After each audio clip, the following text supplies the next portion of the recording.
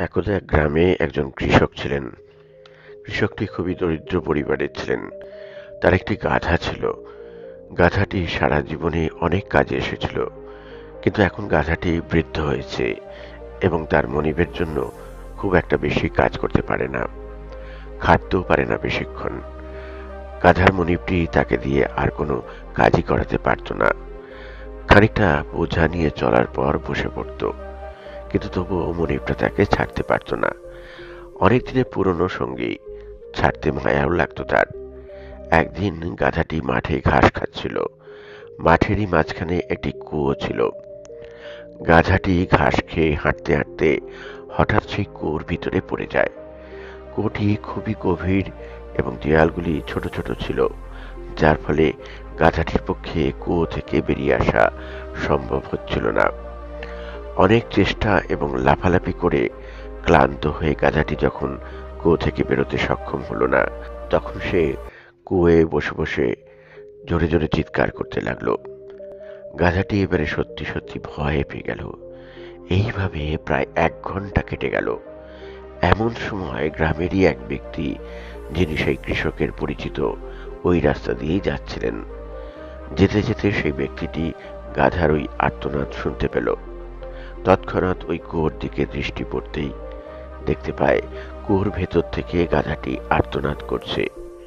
গাধাটিকে দেখে চিনতে পেরে ব্যক্তিটি সেই কৃষকের খোঁজে গ্রামের দিকে এগোতে থাকল। কৃষকটিকে নিয়ে ব্যক্তিটি কুয়োর কাছে এসে দেখে সত্যি সত্যি তার গাধাটি কুয়োর মধ্যে পড়ে গিয়ে চিৎকার করতে থাকছে।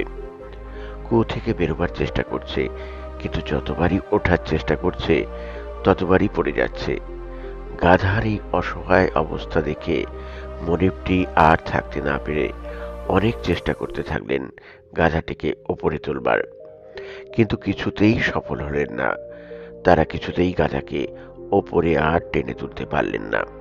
অনেক চেষ্টা করার পরেও যখন মনিবটি গাধাটিকে ওপরে তুলতে পারলেন না, তখন আশা এক প্রকার ছেড়েই দিলেন এবং মনে মনে এটা ভাবতে লাগলেন যে গাধাটির তো বেশ বয়স হয়েছে, কোনো কাজেই আসে না। গাধাটিকে বাঁচিয়ে রেখেই বা কি লাভ, মরে গেলেই বা কি ক্ষতি হবে আমার।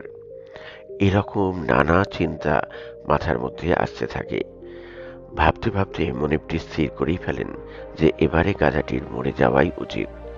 এই ভাবনা থেকে মনিবটি প্রতিবেশীদের বলেন, সবাই মিলে আমাকে সাহায্য করো, এই কুয়োর মধ্যে মাটি দিয়ে ভর্তি করে দাও, গাধাটি আস্তে আস্তে মারা যাবে। এই কথা শুনে প্রতিবেশীরা আস্তে আস্তে কুয়োর মধ্যে মাটি ভরতে থাকেন। খানিক বাদে গাধাটি বুঝতে পারে সে এমনিতেই এত সমস্যার মধ্যে রয়েছে, তার উপরে তার সারা শরীর ওপর থেকে মাটি পড়ছে। ধীরে ধীরে মাটি তাকে প্রায় ঢেকে দিল। এবার সে বুঝতে পারল তার মনিব তাকে বাঁচাতে আর চাইছে না, তাকে মারতে চাইছে। এবারে সে আবার খুব জোরের সঙ্গে চিৎকার করে স্তব্ধ হয়ে গেল। সবাই ভাবল গাধাটি এবারে মাটির ভেতরে নিঃশ্বাস বন্ধ হয়ে মারা যাবে। কিন্তু এ কি!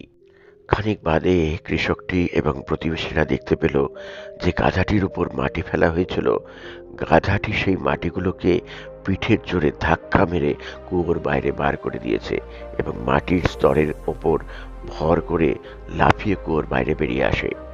কুয়োর বাইরে বেরিয়েই সে মনিবকে দেখতে পায়। খানিকটা করুণ দৃষ্টিতে চেয়ে গাধাটি তার মনিবের কাছ থেকে দৌড়ে পালিয়ে যায়, কারণ সে এখন আর তার মনিবের কাছেও নিরাপদ নয়। আমরাও যদি আমাদের জীবনের দিকে তাকিয়ে দেখি, তাহলে দেখব আমাদের প্রত্যেকের জীবনেই কিছু না কিছু বাধা আসে। কোনো না কোনো বাধার সম্মুখীন হই আমরা, এবং তখন সত্যি সত্যি আমরা বুঝতে পারি না যে আমরা কি করব বা কি করা উচিত, এবং এই পরিস্থিতিতে আমরা আমাদের উদ্দীপনাকে হারিয়ে ফেলি।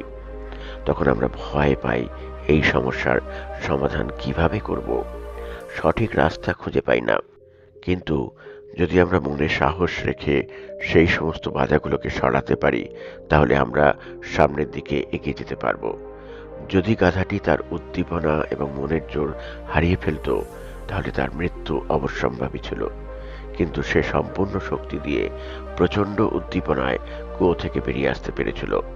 সেই রকমই আমাদের মনের জোর এবং উদ্দীপনা হারালে চলবে না। আমরা কোনো বাধার কাছেই হার মানব না, বরং নতুন উৎসাহ, উদ্দীপনায় এবং পূর্ণ শক্তিকে কাজে লাগিয়ে সমস্ত বাধাকে অতিক্রম করে আমাদের পথকে প্রশস্ত করব। আমাদের বাধাকে যেমন অতিক্রম করতে হবে, তেমনি সুযোগকেও কাজে লাগাতে হবে। তাই আমাদের উন্নতির দিকে এগিয়ে চলতে হবে, কারণ প্রত্যেকটা কঠিন সমস্যার পরেই একটা সুযোগও আসে প্রত্যেকটা মানুষের কাছে। আর তখনই সেই সুযোগটাকে কাজে লাগাতে হয়, সেই সুযোগের সদ্ব্যবহার করতে হয় আমাদের সকলকে।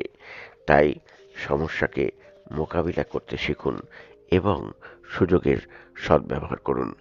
আশা করি ভিডিওটার বক্তব্য আপনাদের কাছে পরিষ্কার হয়েছে। এখানেই শেষ করলাম ভিডিওটি। আবার দেখা হবে পরবর্তী ভিডিওতে। ধন্যবাদ। ভালো থাকবেন সবাই।